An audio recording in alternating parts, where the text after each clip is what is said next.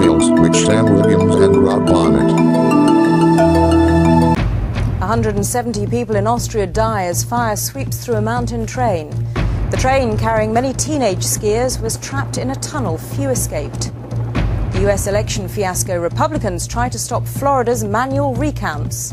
And remembering the war dead on the first Armistice Day of the millennium.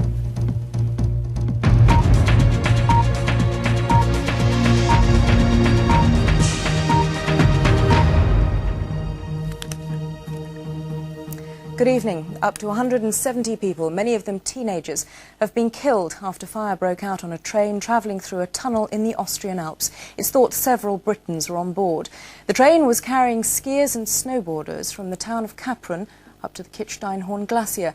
8 people survived by crawling out of a window. Smoke billowed out of the top of the tunnel from the train burning deep inside the mountain. Rescue workers could do nothing.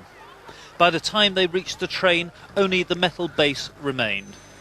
The fire was so intense, some skiers on the mountain were overcome by toxic fumes and had to be helicoptered off the slope.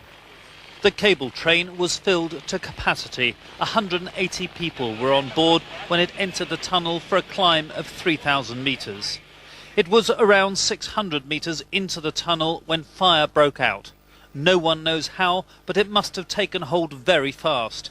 As smoke surged up to the top station, just 8 of those on board managed to get out of the back of the train.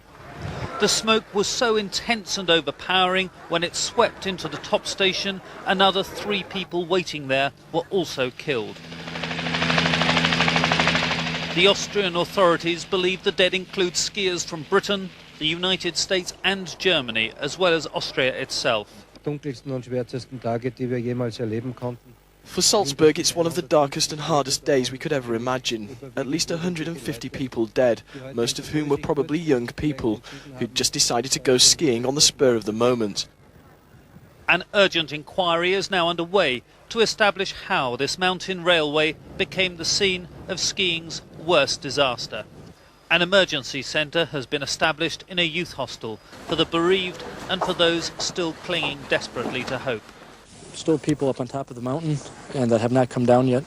The Austrian authorities have not told us how many people are still up there, and they told us they do not have the names of the people that are still on top of the mountain. And that's what we're hoping that members of our group are with that group. This morning, this youth centre was buzzing with anticipation for the day on the mountain which lay ahead.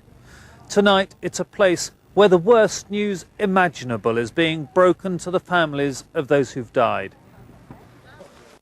Because no one knows exactly who was on the train, for some, the silence confirmed the worst. Gabby is my best friend, and I only know in the morning he was going up on the glacier for skiing. He had a group and I phoned him on the handy and I couldn't reach him. A memorial service was held this evening in Kaprun's fire station. There will be many more such services, many more tears. Peter, when are we going to find out more details about exactly what happened to this train and who was on board?